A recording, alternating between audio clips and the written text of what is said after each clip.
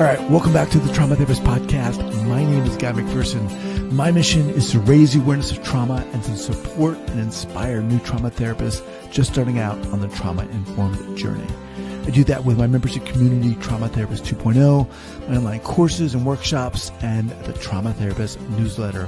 If you're a therapist of any kind and you work with individuals who've been impacted by trauma, I invite you to head on over to my website at thetraumatherapistproject.com. That's thetraumatherapistproject.com. All right, let's get started. All right, so I'll read your bio and then we'll just jump right in. Sounds great. Okay, all right. So I do have to say my 6-year-old daughter, who is home now from school, is in the other room. So I feel like I'm walking on a tightrope walk doing this, but she might knock on the door for some reason. And she can come right in and we can make her part of the discussion about parenting and emotions and trauma and intergenerational trauma. That's the next episode. All right, Hilary, here we go. We are recording. You ready? Yeah. All right. So 5, 4, 3, 2, and 1. All right, folks, welcome back to the Trauma Therapist Podcast. I am very excited to have back Hilary Jacobs Hendel. Hilary, welcome. Thank you, Guy. Thanks for having me back. All right. So Hilary received her BA in biochemistry from Wesleyan University, a DDS from Columbia, and an MSW from Fordham University. She is a certified psychoanalyst, an AEDP psychotherapist, and supervisor.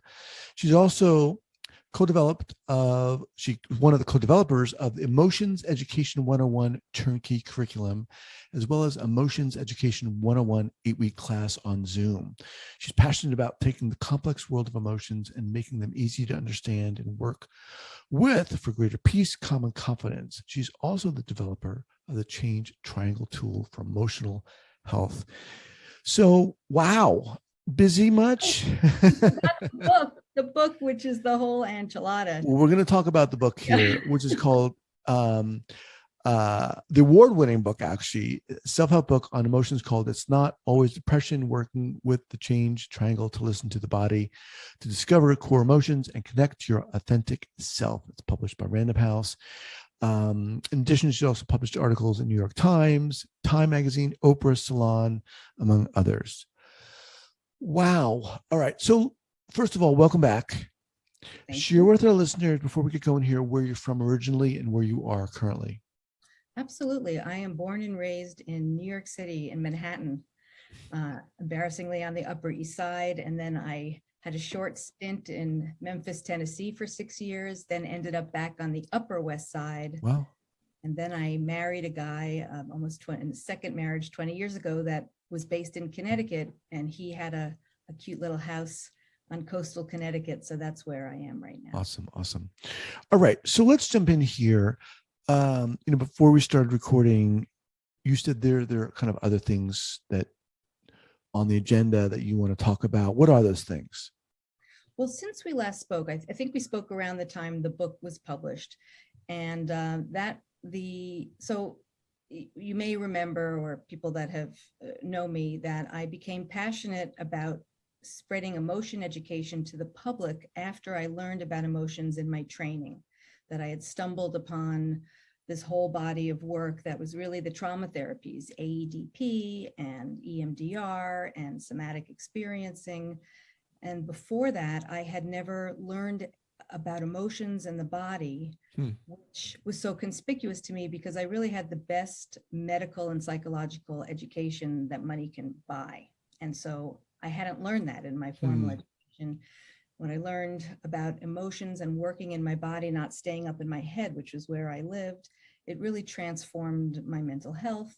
I started writing for the public because my pet peeve that nobody's getting emotion education really turned into a moral outrage, as I like to say, and I began writing. And so then I had this lucky experience where an agent read this article in the Times that I wrote, and I got asked to write a book.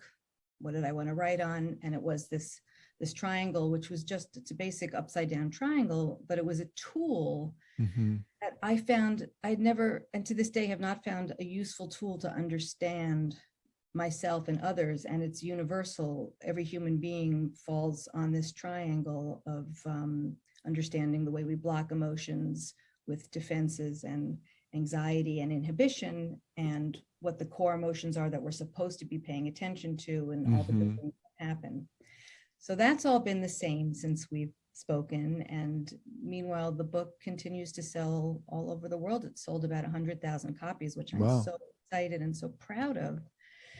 And what I did in the meantime is I developed a curriculum, because if you're going to be, the book teaches emotions, but it's really, can we, ideally, I think emotions in the next 50 years, hopefully way before then, will be taught as basic education in high school, along with reading and writing, because it's so Why do you think they're not?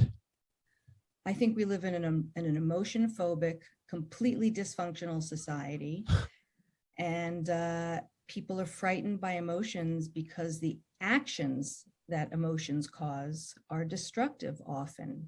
And so it's a catch-22. We need to understand and work with emotions to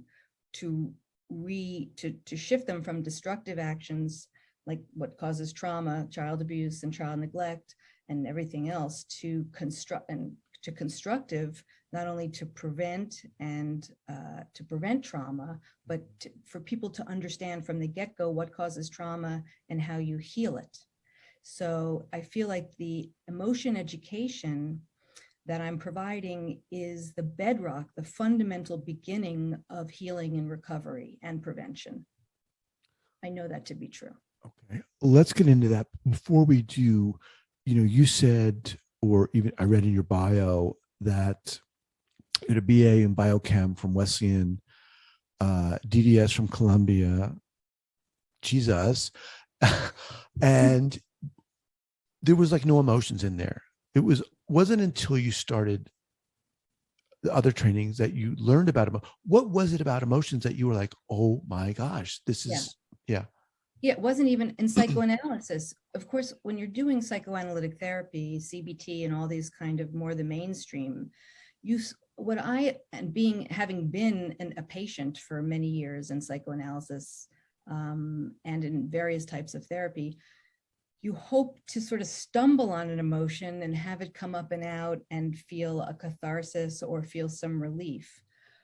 And that was the extent of really there was no formal education in emotion. So what that looked like was literally understanding what is an emotion, understanding that emotions aren't heady things, they're body-based. And so the first epiphany was one that you can't control emotions, because I was raised to think that if I just was strong enough and tough enough, that no matter what I did, no matter what happened to me, I should be able to prevail and be okay. And that's a myth, that I should be able to overcome my emotions. So with emotions, once you learn about how the brain works, they get triggered without conscious control, because they get triggered. It's really interesting, because I never understood like the whole idea about the five senses, hearing and seeing, but what's interesting is the five senses are how we are unconsciously perceiving the environment. And those, our eyes and our ears and our sense of touch, really go right into the middle of the brain, into the limbic and emotional system. And from there, if something has enough sort of power to it to elicit an emotion, it will light up that part of the brain. And when the emotion is triggered, it will then light up the lower levels of the brain and connect to the vagus nerve and the body, because this was another aha moment. The purpose of emotions is to make our body move in these adaptive ways for survival. That's why we evolved to have emotions over thousands of years. So it's only after we have an emotion that we know we're having an emotion. So you can't control it. Therefore, why should we judge ourselves for our emotions, which everybody does all day long, every day? Right. Say that again. The purpose of emotions is to make our body move. Yes. Talk more about that. Yes. So the example that I always use is that everyone can relate to is if a wild beast just busted into both of our rooms right now, we would be like running. My little daughter. The little daughter that right. the little that makes sense. Right. That we would be running there would be absolutely no thought about it. Right. The danger would come in and our legs would move and our body would know what to do. It would pump blood to our heart and our lungs and our muscles so that we could escape. Then once we were safe and we could sort of think about what happened, we would be able to know we were in danger, and the feeling that we're having is fear, and the fear did its job. It made us run. If we had to think, if you and I had to say, oh my God, something's coming in, I think, we should run, Guy. It looks like we should run. We'd be eaten by then. Right. So it's this idea that emotions are there on purpose to be rapid actions. And each of the core emotions, sadness, anger, fear, disgust, joy, excitement, and sexual excitement, the ones that I named in the change triangle, it's not that they're the only emotions, but they're the ones that I see get us into most trouble in terms of our blocking them. And they're the most easy to understand. They're the basic categorical emotions. Each of those emotions has a separate program with a separate action that is meant to be adaptive for surviving and thriving. We allow it to inform us. Right. So interesting. If you think that we spend so much time and our society is built upon this idea of ignoring or suppressing our emotions. Right. When in fact they're really for adaptive purposes and to help us move in a sense. Exactly. And not only is it not adaptive to block emotions, but when we bury emotions, well, first of all, in trauma, that's exactly the definition is that our capacity to deal with our emotions has been exceeded. One, because of the intensity of the emotion coming up, and two, because we're too alone. We are wired as human beings to help each other regulate and soothe. And so when we bury our emotions, whether we do it a little because we're lucky and we didn't have a lot of emotional challenges, or we do it a lot because we had so many wounds and traumas, the bearing of emotions itself is what causes these symptoms that we all have now, chronic anxiety, depression. And then from there, many of the disorders in the DSM are really trauma symptoms from buried emotions, where we have to break up our mind into different parts to be able to manage the conflicts of, for example, having a parent that we're wired to go to for safety, and having that same parent in an abusive situation be scary.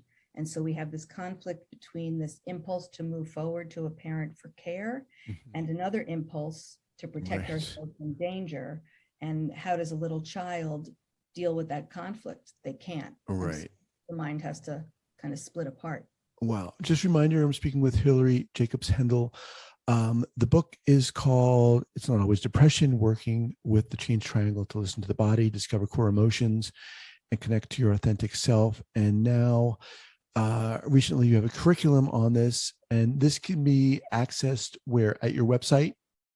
Yeah, so the HilaryJacobsHendel.com, I really built to be a hub of emotion education with largely free resources for the public to use and share. Sort of like the idea is like a grassroots movement to educate the public in ways that are, and to educate in ways that are practical and relatable, and I don't use jargon. A lot of therapists read my book, and I'm sure learn AEDP from the book and take my classes, but it's really geared so that maybe a late teen, 15, 16 and up can understand it.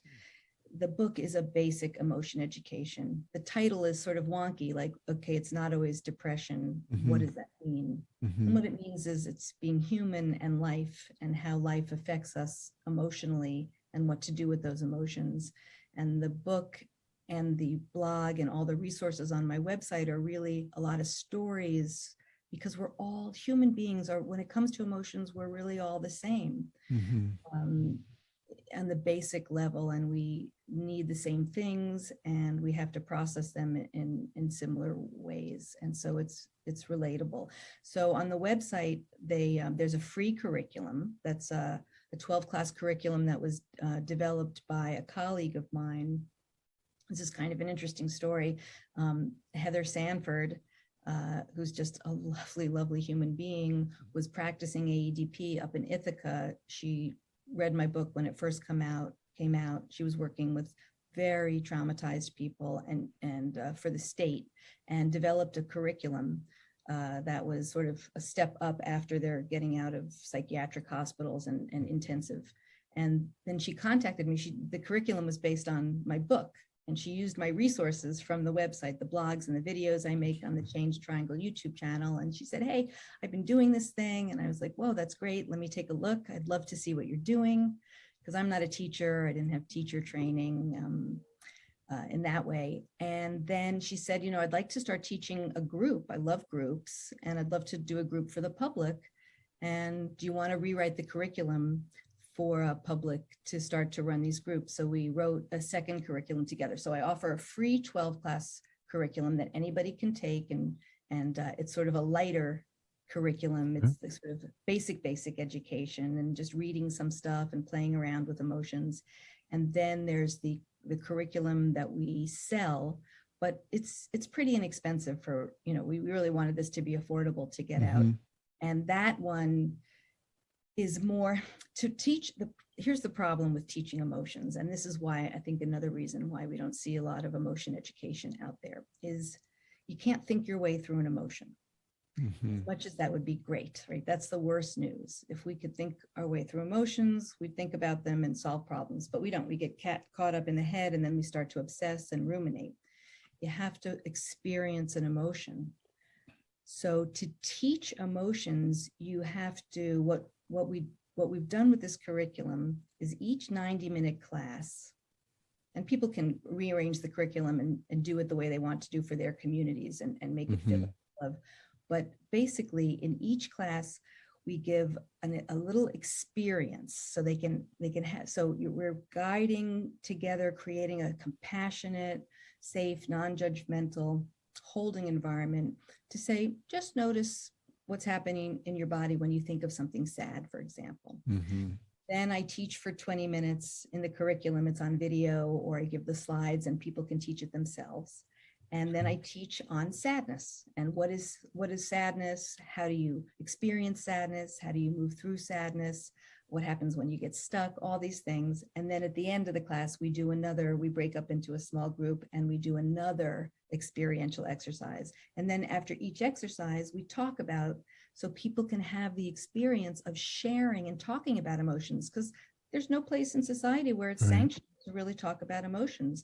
And then you get to hear how different people experience things, and it takes the shame out of it all. And it's very touching and beautiful. And people really say that in 8 classes, they get years of therapy. And also they get therapy that they never had after being in psychoanalysis for 20 years. That it's just. Now, is this for the public and therapists as well? Yes. So the class that I teach, the next class in September that Heather and I teach together, is open to everybody 18 and over. Anybody can. That's going to be a live class. It's a live class. We starting in September. Yeah. Okay. It meets from Wednesdays from 3 to 4:30. Where's the link for that? Because I don't put that on the show notes page. It's all on my website. There's a tab on my website that says Emotions Education 101. Yes. That has the class. The 8-week one. It's the 8-week class. It's where you can also buy the curriculum. You get like a Dropbox download with a ton of stuff that you have everything you need to start teaching, or you can just play the videos and we teach it, and you just person holding the group. Got it. Okay. And I'll put the link up there. Also have a Train the Trainer. It's a 4-hour webinar that teaches therapists and coaches how to deliver the information, how to create space, because the class is, you have to go so slow when you're working with emotions to keep anxiety low. And because you have to go so slow to begin to perceive what's happening in your body, like a warmth or a tightness or energy. And we're just getting to know in a gentle way what's happening, and to see how emotions work. And we're working that triangle, moving from disconnected and defended states through anxiety, guilt, and shame in manageable, we don't talk about our traumas. It's not a trauma processing because we don't want to trigger other people. It's really the exercises are gentle and just designed to evoke enough emotion to get a feel, so people don't have to be so frightened, right? That's the leap of faith that I remember when I first went to an AEDP training, and we broke up into groups to do experiential exercises. And somebody first asked me when I said I was anxious, if I could notice the anxiety in my body. And I was like, what? If I do that, I might explode or lose control. Right. But I trusted the person. I trusted that somebody knew what they were talking about. I turned into my anxiety. Yeah. And it went down and not up. And it was another revelation. Wow. Yeah. That sounds incredible. Hold on here, my daughter. Yes, Gemma. What a pretty name. Come here. What? Hurry up. I'm right in the middle of an interview. Want to say hi? Come on, say hi. And we have. She wants to say hi with her hand. All right, go say hi. Reach in front. Let's see the hand. She wants to see your hand. How many fingers are on that hand? How many 3? fingers are on your hand?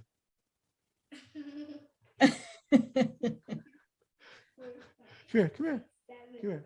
Just say hi, and then you got to go back because I want to finish. Okay, then I'm going to take you to the store. Okay, look at her. Yeah, go ahead. Let me see how beautiful you are. Come on, she wants to see you. Come on. Come on. Oh my gosh, she's so shy. Come on, would you get over here? I'm shy too. Believe it or not. Nobody believes that. I'm a shy introvert. Oh my God, you are so beautiful. Oh, Do you have what? a question? No. Okay, why don't you go out? Let me finish. Okay, and then we're going to go When are we going to be done? in about 10 minutes. Okay. All right, good job, Gemma. we shouldn't edit this out. I'll probably keep it in. All right. Should Yeah. I, if you can let me screen share, I can show a picture of this triangle. Oh, okay. Okay, hold on. Gemma wants to say hi to you. Here, Okay. Come over here. You got to come over here, though. Come over here. Okay. Just come over here. Come over here. All right, but you got to get in here. You got to get over here. Come here. Hurry up. Gemma, you got to come. Hurry. Okay, look at the camera. Okay, say hi. Do you know what we're talking about, Gemma? A very weird subject. You want to know? We're talking about feelings and emotions. Why? What do you think about that? I don't know. I Okay, know. I didn't go. know either. Let me finish up. Oh my gosh, that's the first time that's ever happened in like 700 interviews. She's so beautiful. Thank you. Appreciate that. Yeah.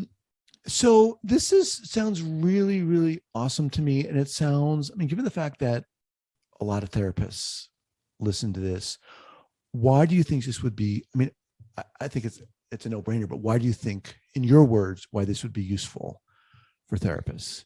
Yeah, I would say several reasons. One, it is fundamental that therapists and clients alike have a basic education in emotions. I mean, it doesn't make any sense to me if do you know what I'm saying? If therapy is about getting to know oneself and creating insight into one and trying to create change, there you have to deal with emotions. Emotions cause us all the troubles. So the fundamental education in emotions, without it, just that's why I thought this was a no-brainer. It makes no sense. I don't know why I haven't sold a million copies of the book, but again, emotions is a tough sell. Yeah. And so that's one reason. The other is that it turbocharges therapy. I've heard, I get letters every day. That is the thrill of this, and through social media, that it just makes the hugest difference in the world. So it turbocharges the therapy. It helps both the therapist and the client kind of relax. It like de-shames, which is shame is another, it's a very important emotion. Therapists do not get hardly any like emotion education on core emotions. They get too little on shame, which is pervasive in a therapeutic room. And therapists need to learn how to work with it in very specific ways that I illustrate in the book. that have to do with a lot of Richard Schwartz work on IFS, but this idea of like how to de-shame really quickly and how to connect.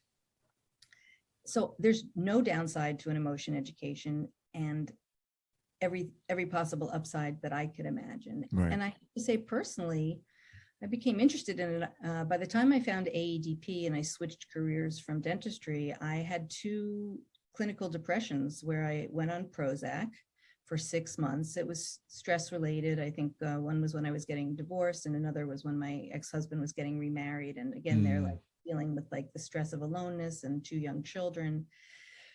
And I didn't know, but at that time, I didn't really realize, I didn't know at all that depression was caused by underlying emotions.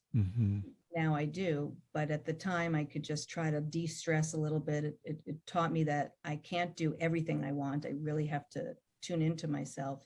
But then since I had the education in emotions, and since I started processing emotions, both in and out of therapy, I haven't had another episode of depression. And I never will because of that. That's not to say that people that have a lot of genetic tendency toward depression will experience it differently, but it certainly has no downside, no matter what diagnosis, to understand how to be with emotions, to really work hard to welcome them, to get to know them, to use them as data and not as a threat, even though they are painful.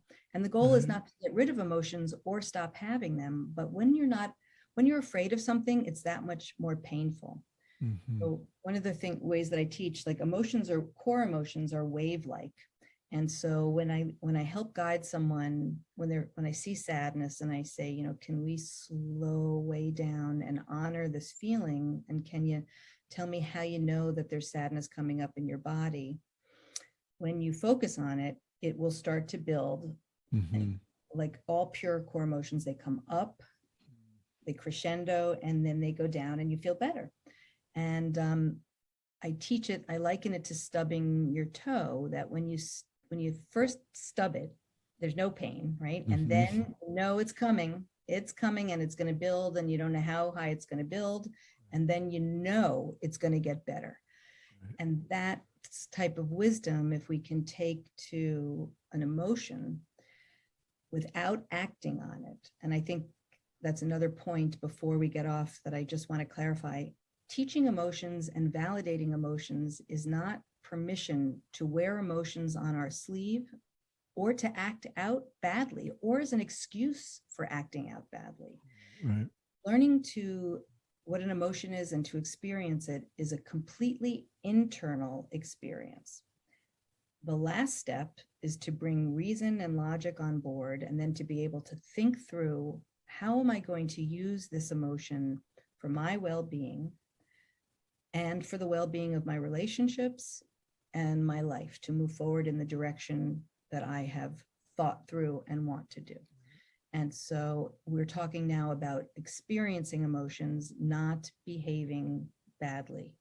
In fact, we're learning that when you learn to focus in on the body, you're doing so many things at the same time. Besides detoxifying the feeling, you're slowing everything down so that in a triggered moment, let's say with your wife, where she really annoys you and you might ordinarily have gotten into a fight because you would have gotten defensive or called her something like stupid. In these moments, people develop the ability to pause and know what's happening as it's happening. It doesn't go away, but you can, okay, I've just been triggered. I'm enraged at my wife. I know that I have to really work hard now to control the impulse. That's normal and natural, right? If we feel attacked, we want to lash out. Anger is a primitive program. It wants to fight. It wants to be mean. But luckily, we're born with rational logic and impulse control that we can pull back, work with that, reframe it, and with a tremendous amount of work. This change triangle is a tool to be used over the rest of our lives. It's a fundamental basis of how to work with our emotions for the rest of our life.